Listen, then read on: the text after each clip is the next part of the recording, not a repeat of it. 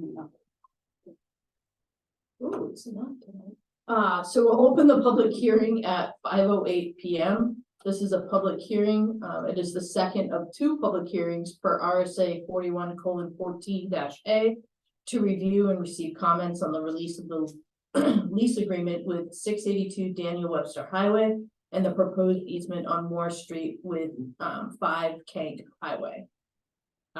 This has been sent to the planning board and the conservation commission for review. No recommendations were received by them. The last public hearing was on November 14th. We took a few public comments. Then pending today's closing of the public hearing, there will be a vote that will take place on this on December 12th. Is there compensation going away on this? Is there a cost involved for the easement? For Moore Street. Not per se, it's an agreement with the property owner that we would do the permitting. And he had a proposed plan that had a preliminary review of the planning board, with the planning board years ago. And to relocate the road over a little bit, I don't know exactly off the top of my head. So we made an agreement with him that we would do the permitting and relocate the road per that plan if he would grant us this easement.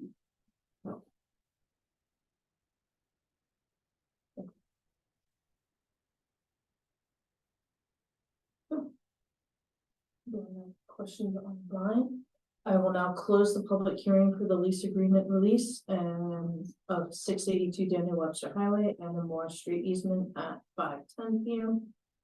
Next, we'll call the selectmen's meeting to order at 5:10 p.m. We are going to table the minutes from the November 14th meeting and the non-public meeting on November 14th until next meeting. Because I don't think he was here. So we'll need Scott to be here to approve those. So next up, we have a CDBG grant administrator. So the ahead project is still waiting to hear from the New Hampshire Finance Authority. And they hope to hear sometime early next month to see if the peeling project will be awarded the money it needs to move forward. The CDBG grant award is contingent on those funds. But in the meantime, we can work. We put out a request for a proposal for CDBG administrator. We did that last month. Earlier this month. We advertised till November 9th. Okay, so earlier this month. Yeah, we received one proposal for that. Yeah. I don't know if you had a chance to review that today. It's pretty straightforward. It's the same person that did the grant that we had named to do the grant. Yeah, Donna Lane. Yeah. So we definitely know she's got quite a bit of experience. So what we can do is we can choose her as our administrator and just wait to sign any of the documents until that NHDOT funds come through. Except for this one. This one will sign saying we chose. This is just saying we chose her. We won't but not- execute the contract. Right. Until Yeah. that is, if you agree with that, so. Okay. So I make a motion to accept the proposal of Donna Lane to be the CDBG administrator Appealing. for the peeling project. I'll second that. All right, all those in favor? Just you. Okay. I see Littleton going ahead with another housing project ahead of the industrial. Oh, really? Oh, Which guy? yeah. Okay. Great. Mike and John are on for. Okay. Oh, I have it here. Never mind. Yep, so up next we have New Hampshire DOT, we have John Stockton and Mike Dugas, who who would like to speak to us about some bridge repair work being done on I-93. Welcome, gentlemen. Thank you. The reason we're here is New Hampshire DOT is preparing a bridge painting project to paint 4 bridges on Interstate 93 in Woodstock at US Route 3 and over the Pemigewasset River. As part of our preparation for that, we prepare a municipal work zone agreement for the towns where this state does work in, just to alert you to what's going on. It's mainly concerned with traffic control because it's going through your town, even though it's a state project. So pursuant to that agreement, Judy Welch asked if we could be available at this select board meeting to answer any questions. So to do that, Mike Dugas is with Greenman Peterson. They are the engineering consulting firm that prepared the traffic control for the bridge painting. And he has a short presentation to explain what's going on with the traffic. If you'd like to get into that now, and we can take any questions during or after that presentation. Great. Do you need me to share the screen? Yes, I'll share a screen right now. Oh, not able to quite yet.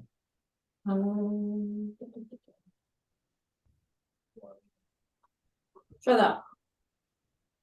Here we go. Great. And I see the full screen of the title slide. Yep. Wonderful. Thank you. Thank you again for having us before you this evening. And as John described, this is a bridge painting project, but what we're talking about mostly tonight will be having to do with how we plan to maintain traffic while the work is underway. So the agenda will talk briefly about the project location, the scope of the work, but focus really on the traffic control measures that we'll be implementing, and then finally talk about the project schedule. The bridges that we're discussing this evening are the 4 bridges in and around I-93 exit 30. So those are the 2 bridges that carry 93 over US Route 3, so northbound and southbound.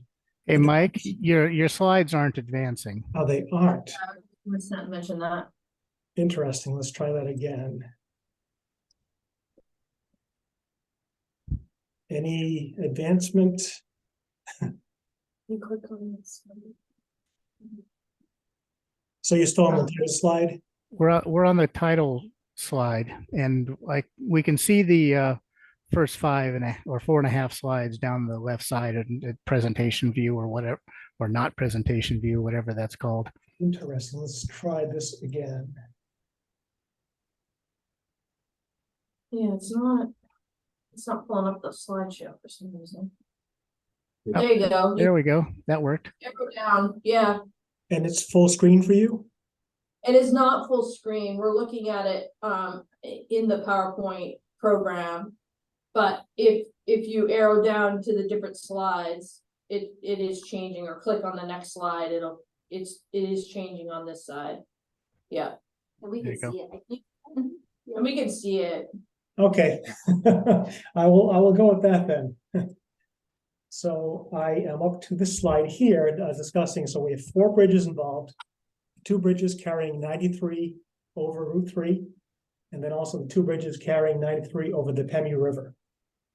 On the right-hand side of the slide, there are images at the street level looking at in the upper view, looking northbound on 93 over the river bridge, and the image below is looking northbound on Route 3 to the bridges spanning Route 3.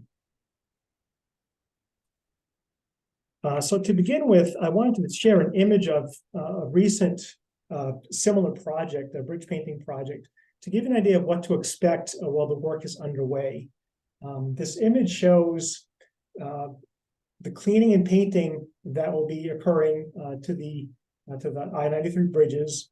The work is undertaken in what is known as either a rapid deployment unit, when the painting is done over the roadway, or in suspended platforms. This image shows both of those techniques In the center yellow rectangle shows the rapid deployment unit, which is essentially a trailer mounted work platform that is raised up so that workers have access to the underside of the bridge. And again, this is done when the painting is over the roadway. Alongside the roadway, so beyond limits of the pavement, they use suspended platforms that are attached to the underside of the bridge. And you can see whether it's for rapid deployment unit or the suspended platform, the work area is fully enclosed.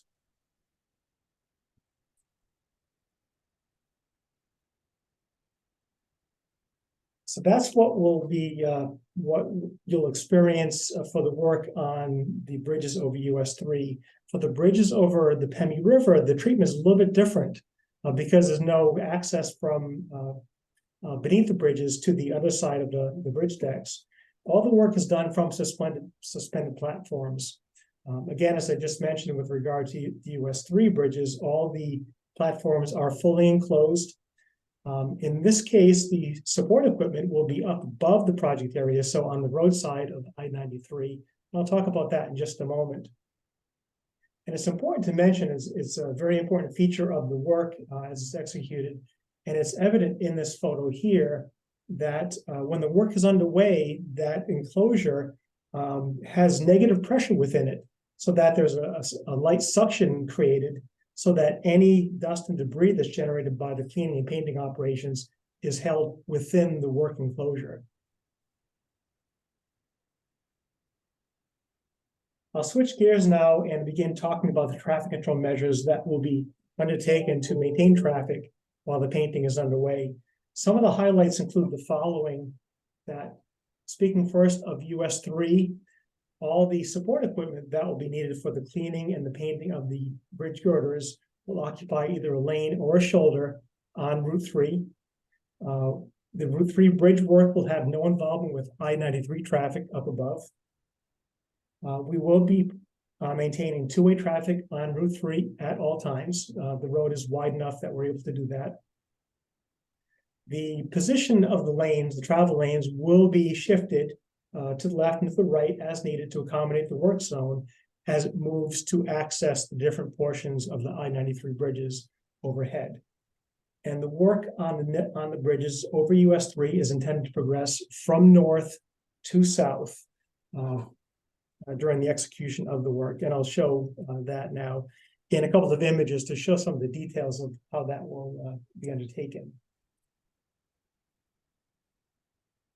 So looking first at an overhead view of the I-93 bridges northbound and southbound over US Route 3, this shows the first phase of the work as it will begin on those bridges.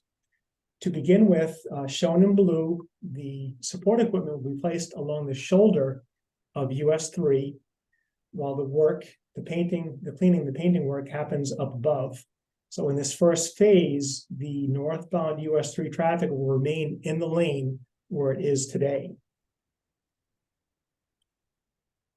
It's important to mention that in the image that I showed of the painting operations, they were simply traffic cones separating traffic from the support equipment. In our case, both for the work on the two bridges over US 3 and then also the bridges over the river, the support equipment will be shielded by Jersey barriers. Looking now at the driver's view of that same work zone, if I zoom in a little bit here,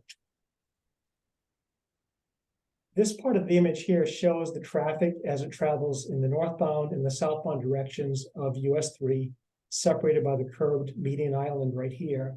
So in the first phase of the work, we'll have a rapid deployment unit positioned in the shoulder of US 3 to access the underside of the bridge girders over the pavement. Beside that, in the blue, shows the suspended platforms that will be fixed to the bridge outside the limits of the pavement. And within this first phase of the operation, the bridge girders shaded in green will be cleaned and then painted.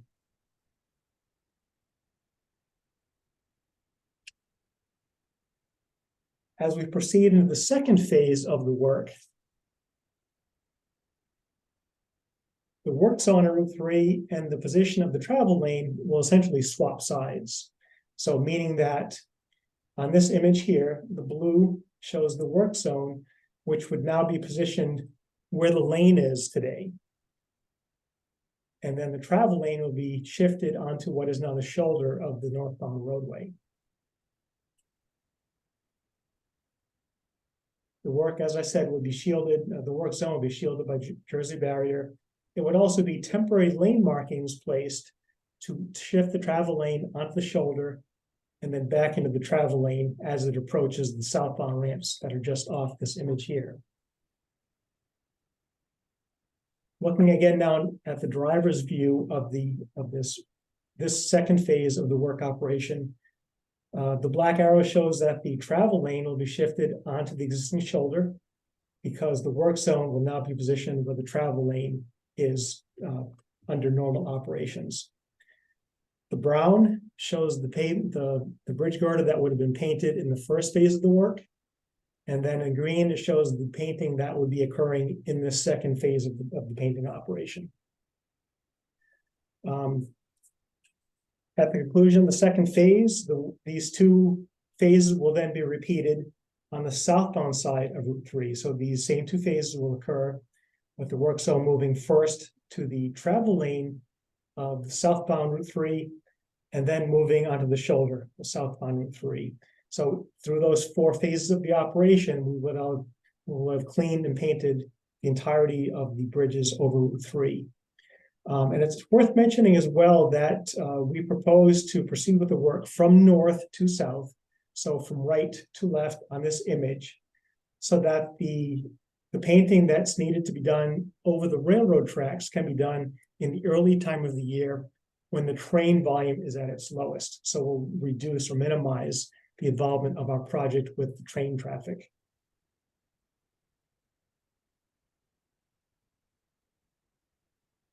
Shifting now to the painting operations that will occur on I-93 and the related traffic control.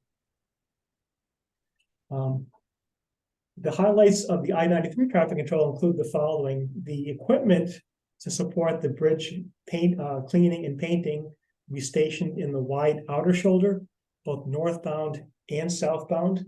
But it's important to note that the work on 93 bridges will not be occurring simultaneously. So meaning that the contractor will do either northbound, then southbound, or vice versa. I don't know if there will be an advantage to do one before the other. So again, the equipment will be stationed I-93 in the wide outer shoulder behind Jersey barrier. We will maintain 2 lanes of traffic, both northbound and southbound at all times. But it's important to mention that we will need to shift the lanes slightly to accommodate that work zone in the wide shoulder. And lastly, the ramps at exit 30, the northbound ramps, will remain open at all times. In John's letter to you regarding this project, he did mention that there will be work happening simultaneously on the bridges on Route 175 over the Penny. And at certain times of that operation, they'll be diverting their traffic to the exit 30 ramps. So it's important that we keep our ramps open for that traffic. Looking now at an overhead view of the I-93 bridge work over the Pemi River, I should mention that this image is oriented with north to the right. So it's showing northbound I-93 at the lower portion of the image and southbound 93 at the upper part of the image. The existing bridges are outlined in red, and they're just over 400 feet long, so they're good long structures. The work zone, both northbound and southbound, as I mentioned, is shown in blue, positioned in the wide outer shoulder of both bridges and centered within that 400-foot length of the bridge. And that's so that when they place the support equipment within this, in the center of the bridge, they can reach to the northern and southern extremities of the work zone for both the cleaning and the painting operations. The work will be undertaken from suspended platforms beneath both the northbound and southbound bridges. And as I mentioned, very importantly, this operation will maintain 2 lanes of traffic, both northbound and southbound, with a lot of temporary paint markings needed to indicate those lanes. Lanes will be shifted approximately 4 feet to the left, both northbound and southbound. And then to give a driver's image, driver's perspective of this temporary traffic control configuration. In blue shows the work zone positioned on the wide outer shoulder, and this will be true both northbound and southbound.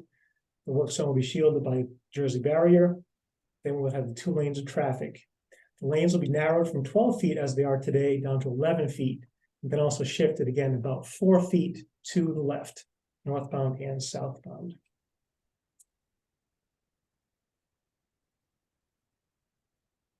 Lastly, to talk about the project schedule and its duration. The work on the bridges over US 3 is expected to take about 10 to 12 weeks total, with each of the 4 phases taking between 2 and 4 weeks, depending on how much work is involved in each one of those phases. The work on the 93 bridges over the river will take 10 to 14 weeks total, each one taking about 5 to 7 weeks. And the intention is to complete this work prior to the winter. We do have temperature constraints that limit the painting operations. With that, I'll open the floor to any questions or comments that you might have on what I've presented here. And one thing I would ask, it isn't often that we present these types of projects to the public. If there are any suggestions that you have on the material that I provided, or any ways that it could be presented more clearly, I'm certainly happy to take questions and comments regarding that as well. I have just a quick question on the work being done over the river. I'm sure there's paint chipping and grinding and needle guns and pneumatic stuff going on. I'm just wondering how you capture the chips going into the river, if in fact you do. Yeah, again, the work area is fully enclosed. I can jump back to that photograph of a similar project. So the work is fully enclosed, and with the negative pressure in the enclosure, any debris from the cleaning of the girders or the painting of the girders that follows will all be kept within that enclosure. No, John, if there's anything more you want to add to that. Yeah, as the debris, it's the grit that blasts the existing paint off and any rust. That grit is collected on almost a continual basis and vacuumed up to the top of the bridge and stored there until it's transported away as hazardous waste.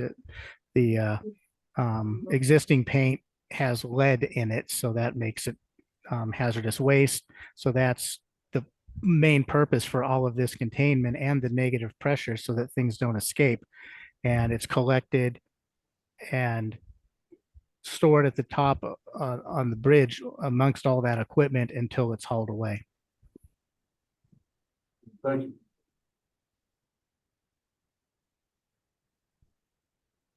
That 11 feet of the travel lane that's provided, that, I'm sorry that I don't know, that's wide enough for emergency vehicles, correct?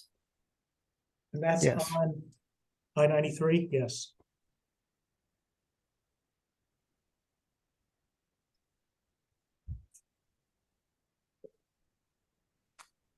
For temporary work, temporary construction, even on interstates like this, 11 feet is a very common lane width that we use, maintains truck traffic, emergency vehicle traffic, and things like that. A lot of local roads are now being striped to an 11-foot lane with a wider shoulder instead of 12-foot lane and 4-foot shoulder. A lot of local roads and state highways are being striped to 11-foot lane with a 5-foot shoulder. So it might feel a little narrower based on what you're used to, but it's not really much different than lane widths that you experience driving around the state. You know, those police details, is that state on those roads or is it local? I don't know, actually. I think there might be a hierarchy amongst state police and local police. I do know that the police officers that are used have to have completed a work zone course, but there's I think I've seen both state police and municipal police performing the police detail duties. And they can work that out for themselves, I guess. The contractor, we provide in the state contract provides for that to be done. The contractor is the one that arranges for the police detail for when they are working. Thank you. And it doesn't have to be our police department, it could be anyone, any department, as long as they have that qualification. Yeah. Correct. Are you, when you talk about, are you looking for every day, well, the working days for the 14 weeks, or is there just certain times that, like when the equipment's moving in, that you need those traffic details? The police detail is generally there while the contractor is working. So the contractors typically request that because they can tell a difference in traffic behavior when there's a police officer there and when there isn't. When the contractor is not working, there won't be a police detail there. The concrete barriers will be lit so that drivers can see them, but there won't be a police detail unless there's contractors doing work. And this agreement is pretty boilerplate. It's the one we do all the time, right, John? Yes, it Every is. project. Yep. The only things that are different are the things that are specific to this project number and so forth. Woodstock signed one in May for the project Mike mentioned on 175. Right. So if you compare those two, you'll see that they're remarkably similar. Yeah. And we're signing one, right? And then the top date blank for you guys to fill out, right? Well, you can sign one because it'll be electronic and we can just print another copy. So you don't need to sign two, but if you send that, right. So just, It does say executed in duplicate, but I think the way that you can certainly sign two, but you don't need an original. we do not need an original, no. And then once it's signed by our director of project development, we'll forward a copy back to you so that you have that signed version. Perfect. Great. Very good. Any other questions? No? Thank you, gentlemen, very much for joining us this evening. We appreciate it. Thanks for the presentation. You did a great job, Mike. Have a good night. Good All night. right, you too. Thank you. All right, so I make a motion that we sign the municipal work zone agreement for state project 44259. Second that. All right, all those in favor? Aye. Do you need both of us to sign or just one? I think it's just one. Okay. It just says municipal. I probably only need one, honestly, now. I'm just following these. There you go. All right. Up next is the flood map adoption information. So flood maps are changing and what that means for your community. Which you've been receiving stuff Notices, all along. This is all to do with everything, but the reason it's on your agenda tonight is to make sure you guys are really paying attention to it, because we have to start moving on it now. And there's, so I've sent this to the floodplain and the planning board, and legal. Because ultimately, when you make this resolution, you need to be specific with these maps, these firms, and The panels, you mean? yeah, Okay. so I I'm found it assuming- interesting that they removed in that first page, number 2. How come they removed Town of Woodstock? So it's in, second line, says the Federal Emergency Management Agency, FEMA, and it's flood insurance study 4, and they crossed out the Town of Because Woodstock. it's gonna be for the county now. Okay, And you know, that's the other thing I have to look into because I don't know. The floodplain ordinance that was just adopted, right, does this cover this or do we need to redo it and adopt the Um, county one? and adopt a new one? There's a lot of moving pieces here, Okay. but so I've asked everybody to. Laura's already weighed in.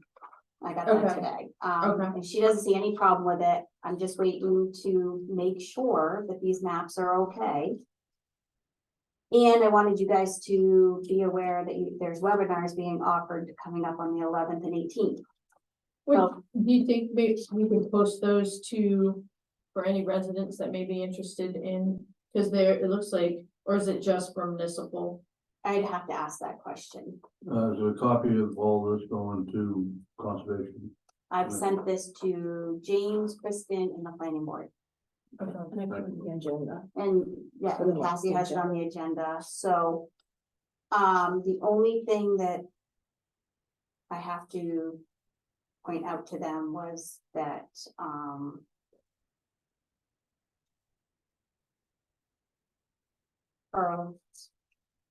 Or was that, you know, it was on, we voted by warrant article, not by ballot. Right, So they do need to know that, and I don't know where that's going to go. okay, So other than that, Laura has no concerns. okay. And she's good to go, and I can ask the question on whether I can put that out for the community too.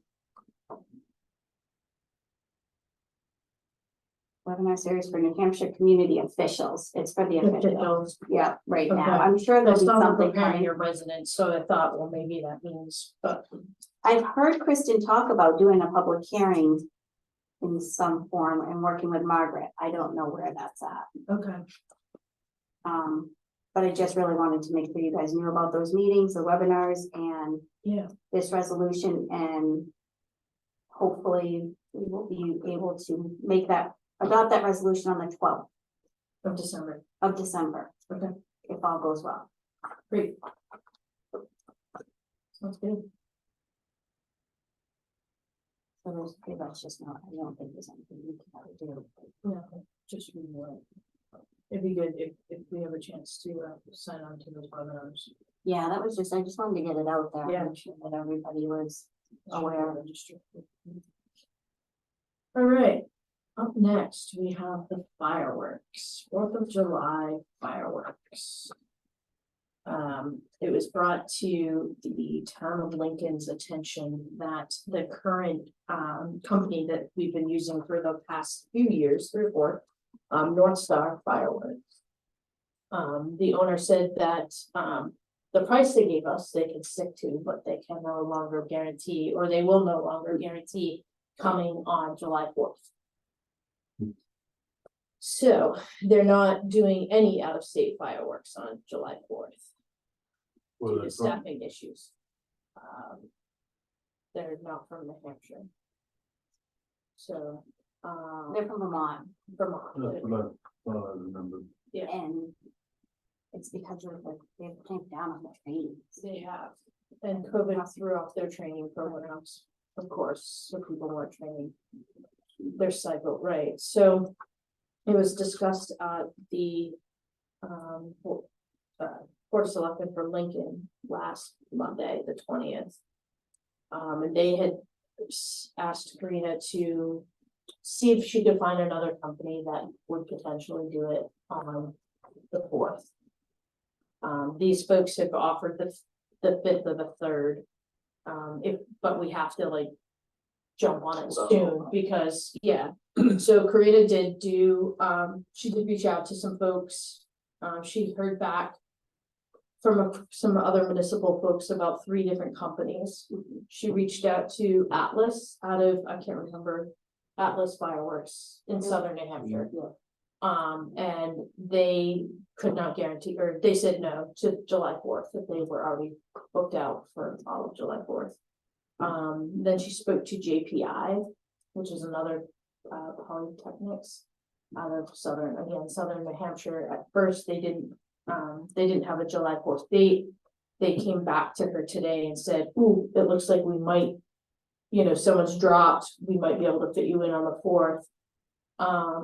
The price for that though went from the 15,000 that we pay cooperatively to 25, 25. 25. So, bit of a significant, that would be another 5, so we would be paying out 12,000 versus 7,500 for fireworks. Well, she said Um, another 7,000 more, so are they going with the 26.5? Or she just- It's right there in your, Oh, did you put her email? yeah, in? I'm just Oh, okay, making sorry. sure. No, it's okay, I just 13 we're paying, So 20,500. yeah, we would be up. Not quite 7, what she thought, but yeah, Yeah, we'd each be paying the max, we would each be paying 13,250. Max, yeah. I'm not sure where she's falling in with the, Well, I Do think. they come with, recommendations or, people we can talk to that have used them before and. I don't, These folks are out of Allenstown. Not at this time. There isn't any, I don't- they do have, it says in the email, they have 100% rehire rate with no incidents, no injuries. I mean, they can say that, but and the other thing is you don't have a lot of time. we don't have a lot of time. They're only gonna hold this for a few days. We have until the end of this week to decide. Between Lincoln and Woodstock.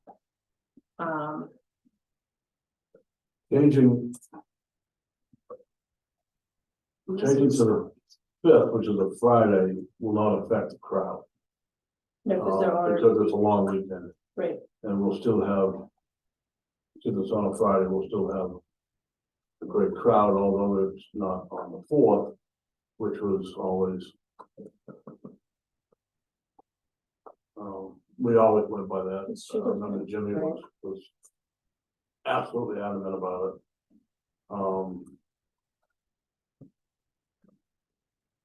my recommendation, if we're gonna steer away from the 4th due to costs and all of that. My thought would be is to consider maybe the 3rd and use the fireworks that evening as a kickoff for 4th of July events. Versus having 4th of July events on Thursday, so Thursday is the 4th of July now, and then Friday, I guess I look at the fireworks as much as, as everybody always points out nicely, that I'm in tourism. As much as, it's nice to have the big crowds, I also think the fireworks are really for our residents. And so what better aligns for them?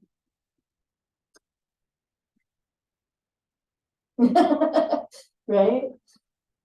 Well, for sure, and So, one way or another, I don't think we'll be able to get St. Johnsbury here on any. On the 4th. Oh, we always get them on the 4th. right, so we had the fireworks the evening of the 3rd and rolled into July 4th with our parade and all of our other traditions. St. Johnsbury band on the evening of the 4th, we just won't have fireworks on the night of the 4th. Or town posted fireworks.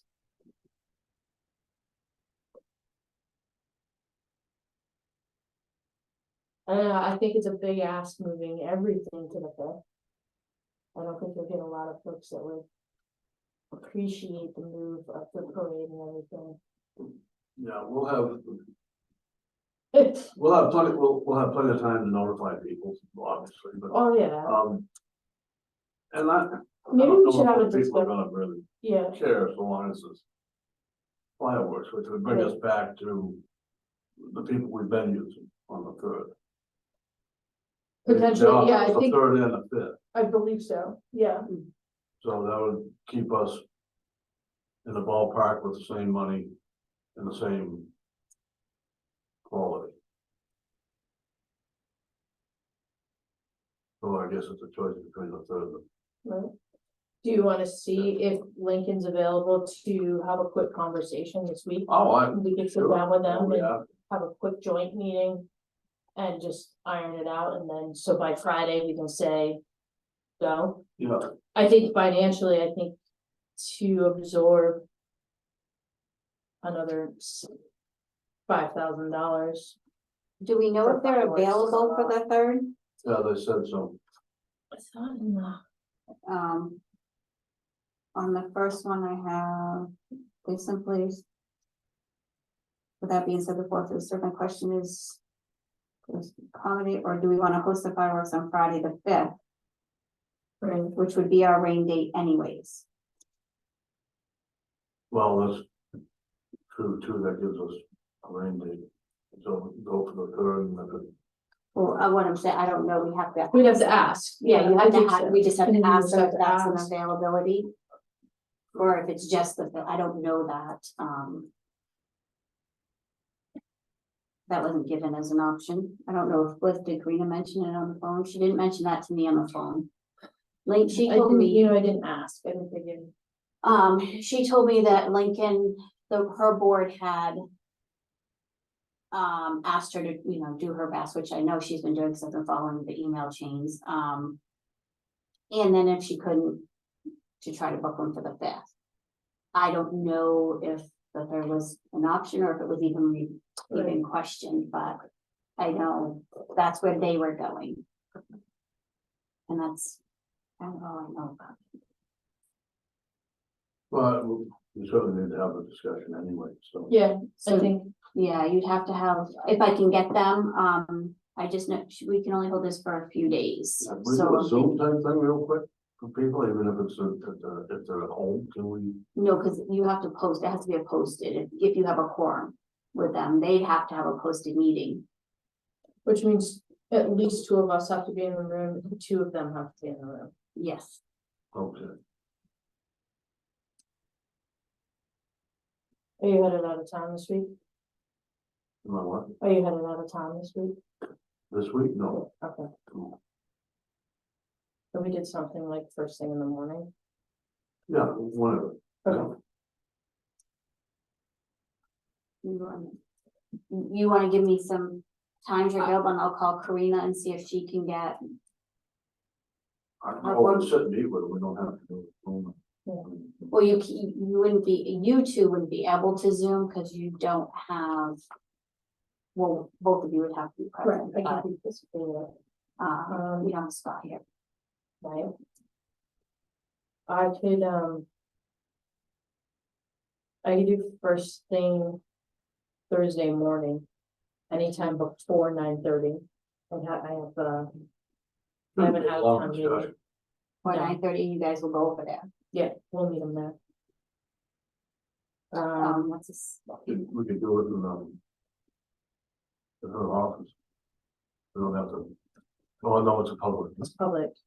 Uh, Other than that, I could do Friday after 3. Which is probably a little too late in the day.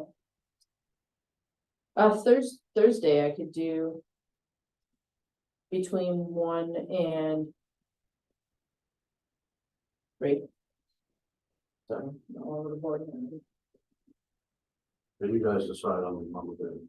Okay, Right, I'll call her first thing in the morning and see what she can. Work yeah, out. because it doesn't make sense for us to make a decision here tonight and then I can have a different decision, so it must be Right. a conversation And around the she, table. with all of us. so she might have, town manager, as a town manager, she might just have the authority to meet with you guys and make the decision too. I don't Yeah. know. They operate a little, but I will Okay. call over. Alright. Great, I mean, maybe the two or two and. Want to be probably, I don't know. yeah, I could reach out to Kim tonight and just have a quick conversation, or tomorrow, I'll call her tomorrow. And just say, hey, here's what we're thinking, what are your thoughts? And I'll give 4 scenarios. Well, I'll tell her July 3rd or July 5th. That financially If it's an doesn't make option. right, July 4th isn't financially making sense. No, absolutely not. At least for And it's, Woodstock. It's- you know, the St. John's Red Grams, is a good way to Yeah. end. Support like that. There's people. Having on Celebrate. Yeah, do whatever. Well, we lost them for 1 year and had to do it on a different and. on a Right, different maybe day, that'll change next year and. You this know, is and just a people continu- seem to be okay with it. They understood. Yep. It's kind of the world we're living in with everything right now. I was gonna say, I think we need to come to terms that probably having fireworks on July 4th is not going to occur again for us, once we make that move to either Well, the side. thing, if you stay with that, I don't know, I'm going out, but if you stay with that same company, you know, and They put on a and good show. they put on a good show and they're up against it, they're going to remember our loyalty. And when they are staffed and their people are trained, I would hope that they would come back to us and say, hey, would you like it back? Yeah, Or we could tell them that we, However- if it ever becomes available, we would like the fourth back. they Yeah. would have not known this if I hadn't reached out to them to find out our budget price. yeah, And then Jane's like, oh, and she emailed them and that's how she found out. So I don't know Yeah. when we were gonna find this out. yikes. Okay. When it was too late. Well, maybe they were hoping they would be able to, Maybe. I don't know. Yeah, but it's everywhere and it's not anybody's fault. It's just what it is. No, I'm not upset that they've had to do this. We're finding it in everything we do. They say they're gonna show up and they're not coming because half their staff doesn't show up. okay, good. We'll try for- Yep, just Thurs- let me know Thursday. when and where, and Okay, thank I'll you. be there. Thank you. All right, so, old and other business. First we have to accept some donations for the Woodstock Firefighter Fund. We have Lobster Fest fundraiser, oops. So a donation that was received for that for $75. Do I have a motion to accept? Yep. Second, all those in favor, aye. Uh, Next up, I make a motion to accept the donation, for the Wreath Fundraiser in the amount of $5,499. That's great. So second? Yep. All right, all those in favor, aye. And then we need to approve some check requests, from the Woodstock Firefighter Fund. First up, we have a check request for reimbursement for Lobster Fest supplies in the amount of $753.11. Make that motion, second? Yep. All those in favor? Aye. Check request for body cover t-shirts. So I make a motion to accept the request for payment of $1,425 for t-shirts.